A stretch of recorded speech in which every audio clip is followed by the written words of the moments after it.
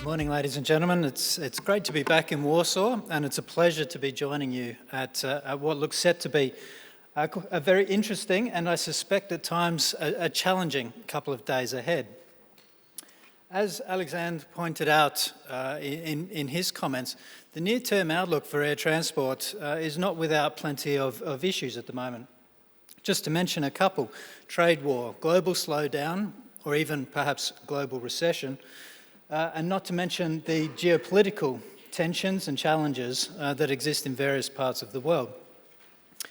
However, today I want to look beyond the short-term, the near-term outlook for the air transport industry. And in the context of building capacity for the future, I want to talk to you a little bit about our long-term air passenger forecasts, and then in turn some of the challenges, some of the issues that we face over that longer-term time horizon that may challenge us in terms of being able to capture the benefits that aviation has to offer. So when we talk about these benefits of aviation, what exactly are we talking about?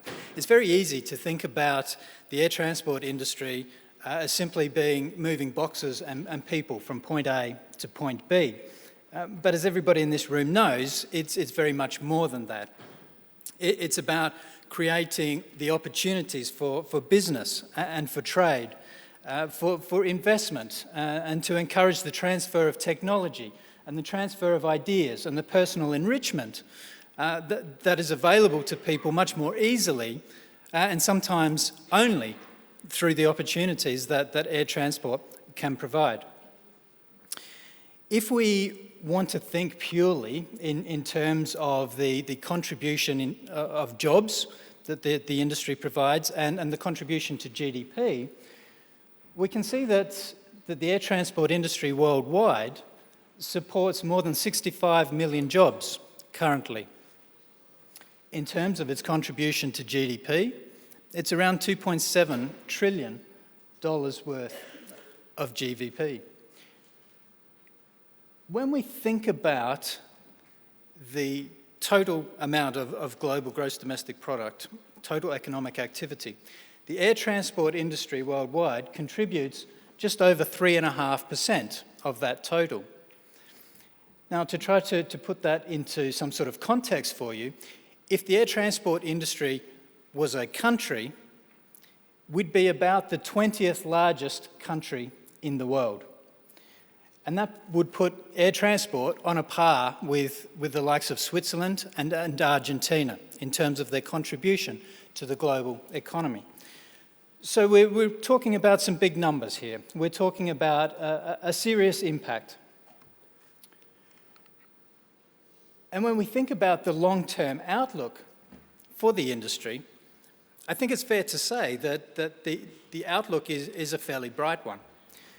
We expect that by the time we get to 2038, there's going to be around 8 billion passenger journeys being taken each year, and that equates to a growth rate of just under 4% per year over each of the next 20 years.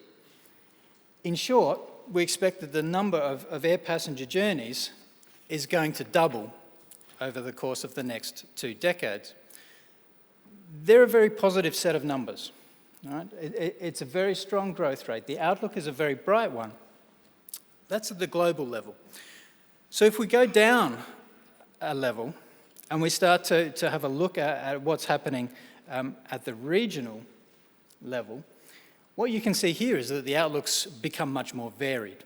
And you can see that, for example, Asia-Pacific is far and away the strongest growth region over the next 20 years. We expect that annual average growth in the Asia-Pacific region is going to top 5% per year.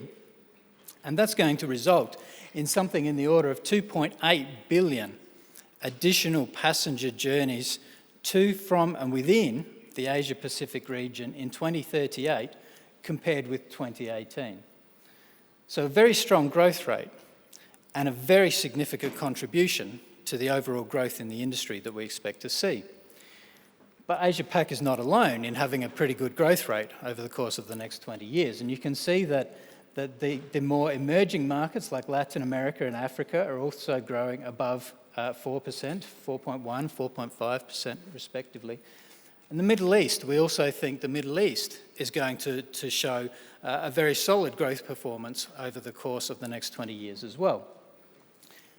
You can see there that the more mature air transport markets of North America and Europe are expected to grow much more slowly than what we're seeing in other parts of the world. Growth of 2.1 to 2.5% per year in both of those two markets. Much slower growth, but when you think about the current size of those two more mature air transport markets, even that slower growth rate is going to result in an additional 570 to 590 million additional passenger journeys per year in Europe and North America. So even though we've got slower growth, we're still getting a significant contribution to the total number of passenger journeys. Now, given our venue for the event on this occasion, you can see that the emerging Europe markets we have growing at something like 3% per year over the course of the next 20 years. So these emerging Europe countries, and Poland is one that falls into that category, are expected to grow considerably faster, almost a percentage point a year faster than what we're seeing for Europe as a total. So it's a very exciting region to be in the emerging parts of Europe, and we're going to still get considerable growth coming through, even in the more mature markets. So with so much growth in the Asia-Pacific, what we're going to continue to see is that aviation's centre of gravity continues to move eastward towards the Asia-Pacific region. And that's going to bring considerable change to the top 10 largest air transport markets in the world. And I guess the first thing to note on this slide is that we're forecast that China is going to overtake the US as the world's largest air passenger market prior to the middle of the next decade.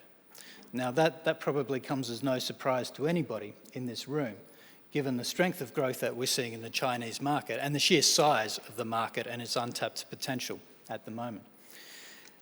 Another interesting country you can see is India, moving from number 6 up to number 3 in 20 years' time, by 2038. And one country which often goes unnoticed in terms of when we think about some of the world's larger passenger markets is Indonesia. And you can see the very strong rise in Indonesia from number 10 currently up to number 4 by the end of our forecast horizon. Right? And so as a consequence of some of these countries moving up the global rankings, we're seeing some of the more mature markets, the larger markets as we see them and as we know them currently, are starting to slip down, or in some cases even slip out of the top 10 markets. So there's a lot of change happening in what air transport is going to look like over the course of the next 20 years. So it's not just a story that is about growth, it's a story about a changing composition that accompanies that growth. So that's all well and good. A positive growth outlook, everything looks rosy. But of course, these forecasts aren't guaranteed. We can't pat ourselves on the back and walk out the door and grab a cup of coffee and say, fantastic, job's done, all taken care of, doubling of growth in 20 years, sweet, perfect. This growth is not guaranteed. Let me be very clear about that. And as an economic forecast, I know that's not going to surprise you, but there are various challenges to this growth outlook. And when we think about building capacity for the future, that's where some of these challenges, some of these issues that we're going to need to address over the course of the next 20 years actually come into play. And the reason we care about these things is to go back to my opening comments about the benefits of aviation, the benefits that the industry brings, not just to airlines and airports, but to customers, but to the countries in which we operate. For the rest of my presentation, I'm going to work through some of these issues and some of these challenges. And I know that they're issues that you're going to pick up in much more detail over the course of the next couple of days. But perhaps just to help set the scene for some of those future discussions and to put into context some of the numbers, some of the magnitudes that we're dealing with across these sorts of issues. So I guess the first point to make, if we're going to see a doubling in the number of passengers over the course of the next 20 years, we're going to need to fly them on something. And both Boeing and Airbus have prepared long-term forecasts, fleet forecasts, and their numbers come out quite similar. Both of those companies suggest that airlines are going to need something in the order of 40,000 new aircraft over the course of the next 20 years. And so the first point to make is that our industry and the airlines need to be in a good financial position, a stable and sustainable financial position, in order to be able to afford the $6 or $7 trillion of capital that it's going to take to afford these aircraft. Anybody who's been in the industry for any length of time knows that generating sustainable and consistent profitability is something that as an industry we have not done well. We need to get better at that in order to enable the growth forecast that we have to be able to be accommodated. One of the interesting developments that we've seen over the past decade or so has been the evolution of ancillaries and the role that ancillaries have played in terms of helping airlines to recover costs and to support airlines' financial position and financial sustainability of that. And you can see that from around 2% back in 2009, ancillary revenue per passenger now accounts for 12% in 2019. And you can see now that the role of ancillary revenues on a per passenger basis is almost equivalent to what we're seeing from the cargo industry. And so this gives you an idea of the sort of contribution that ancillaries are making.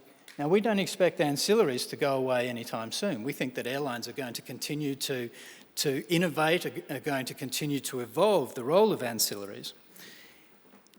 And that's not just good news for airlines helping to shore up their financial position. It's also actually good news for the airlines' customers. Because what this means is that airlines have been able to continue to reduce the base fare. And that means that new travellers are attracted to the market.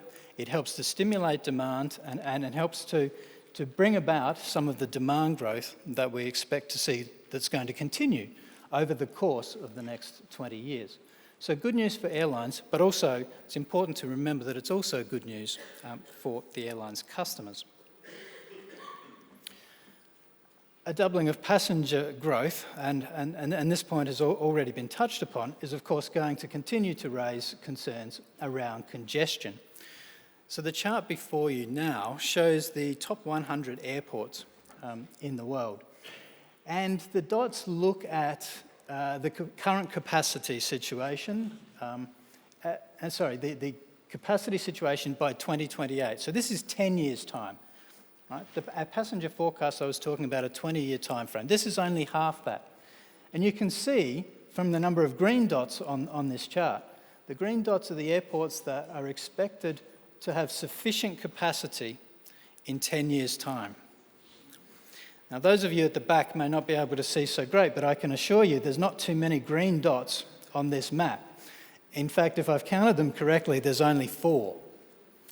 So 4 of the top 100 airports are not going to have capacity constraints in 10 years' time. If you contrast that with the number of red dots on this map, and the red dots are the airports that are already bumping up against capacity constraints of one type or another, you can see that there's an awful lot more red dots on this map than there are green dots. And that's a concern.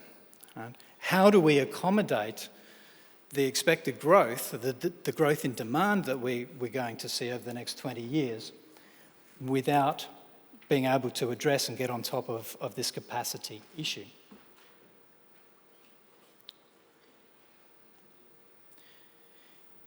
And in fact, if we look at some recent work that Eurocontrol have done, which focuses in on Europe and the capacity problem within Europe, anybody that flies in Europe regularly knows some of the horror stories. Everybody has a horror story about capacity constraints and congestion in this part of the world.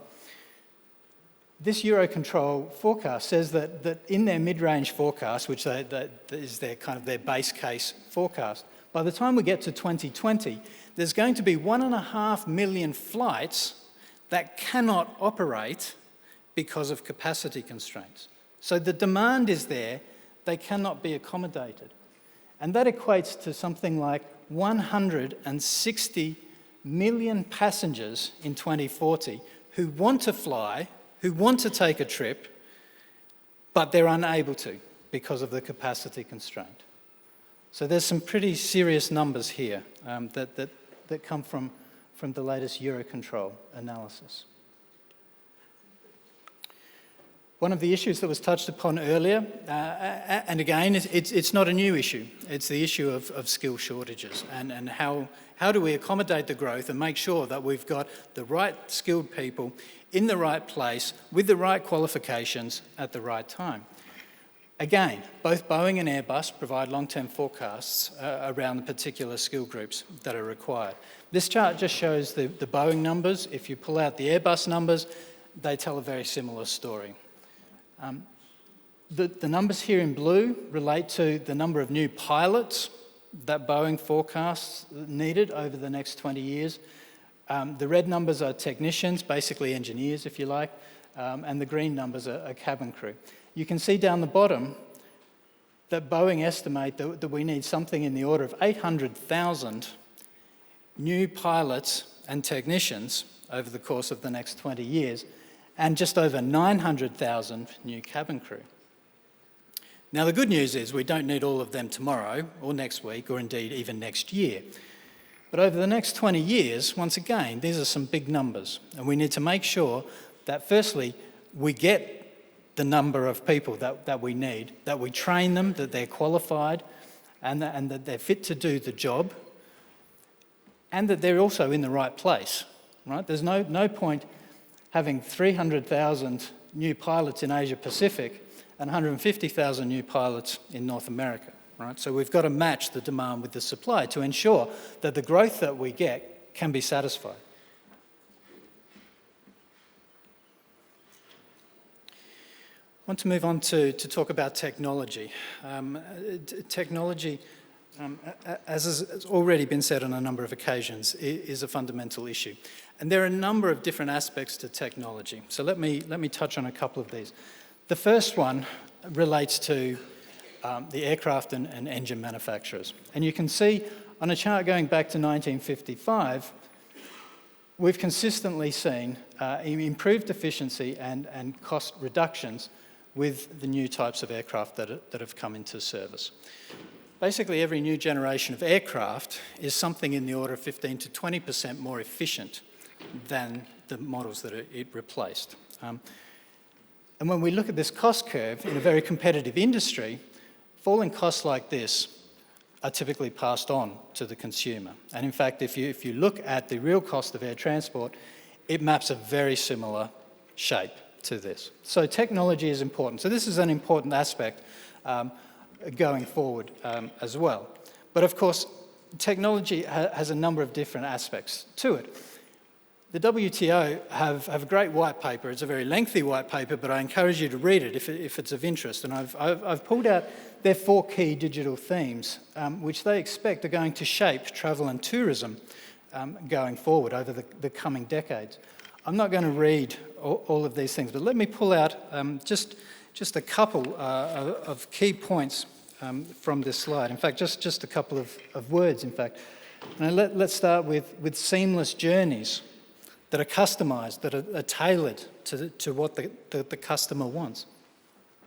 A travel ecosystem, and I think that's a very important point, a travel ecosystem. we're not in this alone as airlines, as airports, as other parts of the supply chain. We're all in this together.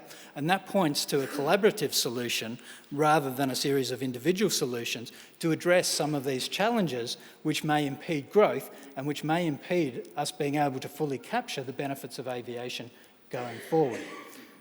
So ecosystem, safety and security remain critical, particularly in a digital era, right? And so the products and services that we create need to be mindful of those safety and security issues.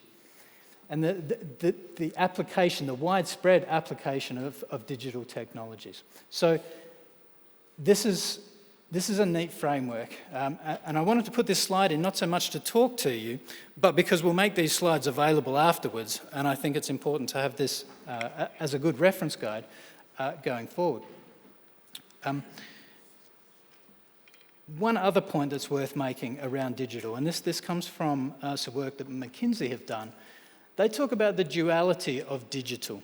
And I think this is very relevant to the industry that we're in. The duality of digital relates to the challenges that old industries or older industries have in incorporating digital technology and digital solutions when you've already got a set of legacy systems in place. Right? Do you scrap the legacy systems? Do you invest to upgrade them? Do you shift completely to digital? How do you do that? On what time frame do you do that? These are all very difficult questions, but critical questions. And what McKinsey have done here is undertake a fairly comprehensive survey of companies, and they've split them into the top performers in terms of financial performance over the recent years and other. And when they looked at the way the top performers allocate their digital capital and the types of digital offerings that they offer, they're different to those underperforming companies. So I think this raises some questions for us as well. What's the appropriate mix for the airline industry? What's the appropriate mix for the airports, right? As well as our broader service providers, of course. There are no simple answers to this, and in fact, the answers to these questions may be very much company-specific answers. But nonetheless, they're questions that we need to be thinking about, given the role of technology and the way it's moving forward, and the importance of the customer in all of this journey. And the importance of the customer is highlighted in this chart. We all know, right? We know that customers like to use technology. This chart, taken from CETA, helps us to prove that. And I know that in a later session, Pierre is going to talk very much more about the Global Passenger Survey results, which talks a lot about the customer insights. But just to touch on very quickly here, passengers using technology are more satisfied with their travel experience across the spectrum of the passenger journey than those that don't use technology. Okay? So this gives us one insight. Pierre is going to talk a lot more detail about other insights that we have. But this is why, right? We talked earlier about the focus of the customer, the role of the customer being central to driving these things. Because any business that simply doesn't deliver what the customer wants is not going to be in business for much longer. So responding to the needs and then the wants of the customer is critical, and technology is an important part of that.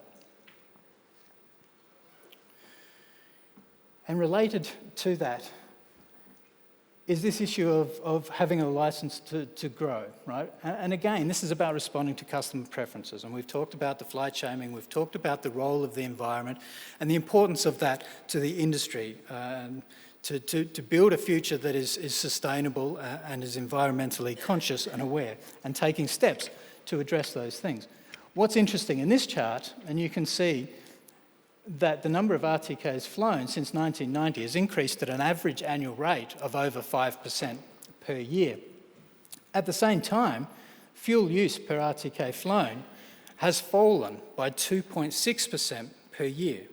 Right? So the fuel efficiency has increased considerably over that period of time, and that's a very good outcome for the airline industry.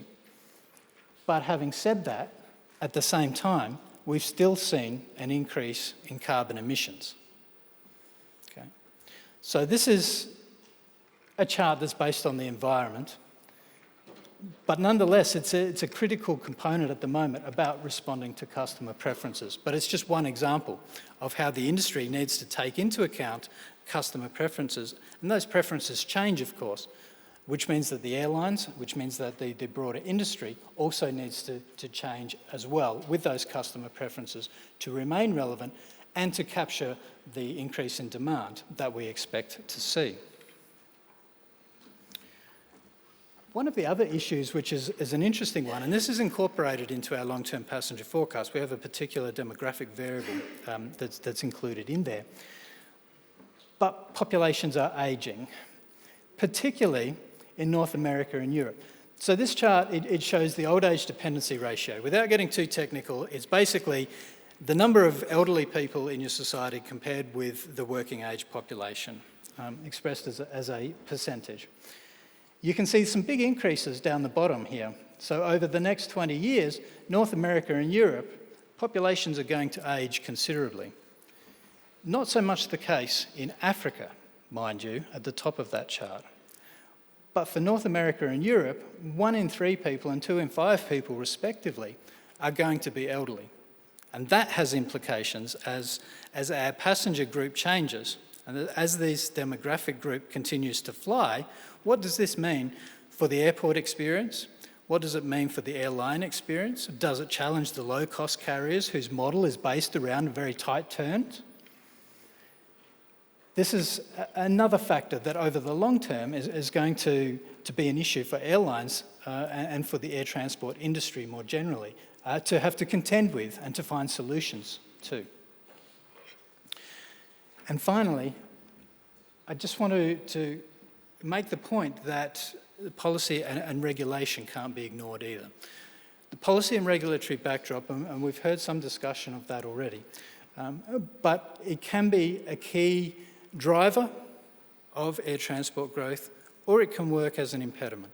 And to give you one example, this chart is taken again from our long-term passenger forecast. What we're doing here is looking at trade policy, right? Market liberalisation and trade policy. And you can see that the impact, if protectionism deepens, the red line on this chart, you can see that the number of passengers by the time we get to 2038 is no longer 8.1 billion, it's down more like 6.5 billion, okay? So this just serves to highlight the important role that policy and regulation can play. We talked about a collaborative solution, we talked about an ecosystem, and as a key stakeholder, governments are a part of that, right? and need to be involved in this process moving forward. So, on that note, let me finish with a slide that we call the markets of tomorrow. The markets of tomorrow, it's a pretty slide, but it's a slide that's actually, there's some science behind it because it's based on our long-term passenger forecasts. Right? So what we've done is take the outcomes of that passenger forecast and we've looked at some of the key markets going forward over our forecast horizon. And I was very pleased to see up the top there that Poland, rightly so, is expected to be one of the markets of tomorrow. The outlook for this country is very positive in terms of air transport demand. But you can see that there are a number of other countries there, some of which may come as a surprise to you, where we expect to see a very strong performance, a very strong growth performance, and a very positive outlook for air transport demand over the next 20 years.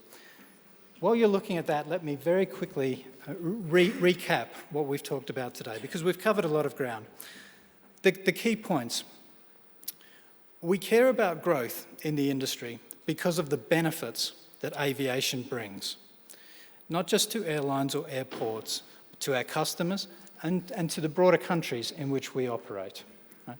These benefits are very broad, they're varied, and they're significant in size. Our demand forecasts are for growth to double over the next 20 years to 8.1 billion passenger journeys per year. That's a very positive growth outlook. But having said that, those outcomes aren't guaranteed. There are a number of challenges, a number of issues that we have to face as an industry that we need to address in order to be able to deliver on those demand forecasts, and in turn to fully capture the benefits that aviation has to offer over that time horizon. Let me leave my comments there. Thank you very much.